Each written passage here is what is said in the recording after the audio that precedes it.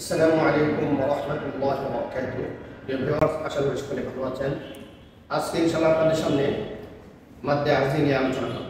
তো মাদ্দে আরজি জানার পূর্বে আমাদেরকে জানতে হবে সাকিন কত প্রকার। সাকিন দুই প্রকার, আরজি সাকিন, আসলি সাকিন। তো আজকে আমাদের মূল আলোচনার সাথে সম্পৃক্ত আরজি সাকিন। আসলি সাকিনের আলোচনা ইনশাআল্লাহ সামনে করব। তো আরজি সাকিন কাকে বলা হয়? আরজি সাকিন বলে যা অক্ষ করলে সাকিন হয়, অক্ষ না করলে সাকিন নয়। আরজি সাকিন বলে যা অক্ষ করলে সাকিন হয়, অক্ষ না করলে সাকিন হয় না, এটাকে বলে আরজি সাকিন। যেমন আলহামদুলিল্লাহি রাব্বিল আলামিন, আর রহমানির রহিম, মালিকি ইয়াউমিদ্দিন।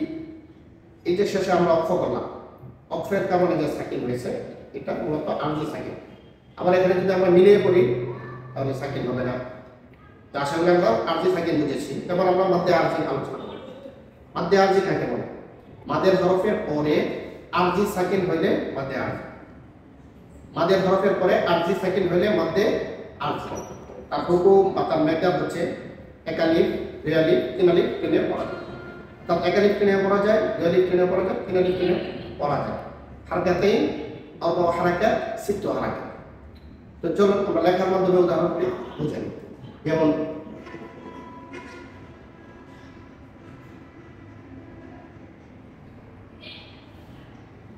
গফুর, রহিম,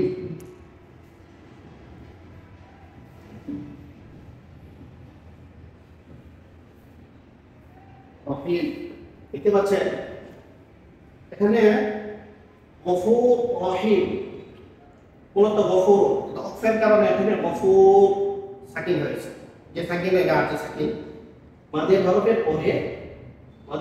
পরে আপনার এই যে এখানে সাকিন হয়েছে, আরজি সাকিন, এই জন্য এটা মাদ্দে আরজি। ঠিক তেমনি এখানে মাদের হরফের পরে যে সাকিন হয়েছে শেষ হবে, এটা মূলত আরজি সাকিন। এই আরজি সাকিন হওয়ার কারণে এই মাদটা মাদ্দে আরজি। তো আশা করি সেটা বুঝেছেন মাদ্দে আরজি কাকে বলে। যদি ভালো লাগে চ্যানেলটি সাবস্ক্রাইব করে লাইক শেয়ার করুন। আসসালামু আলাইকুম।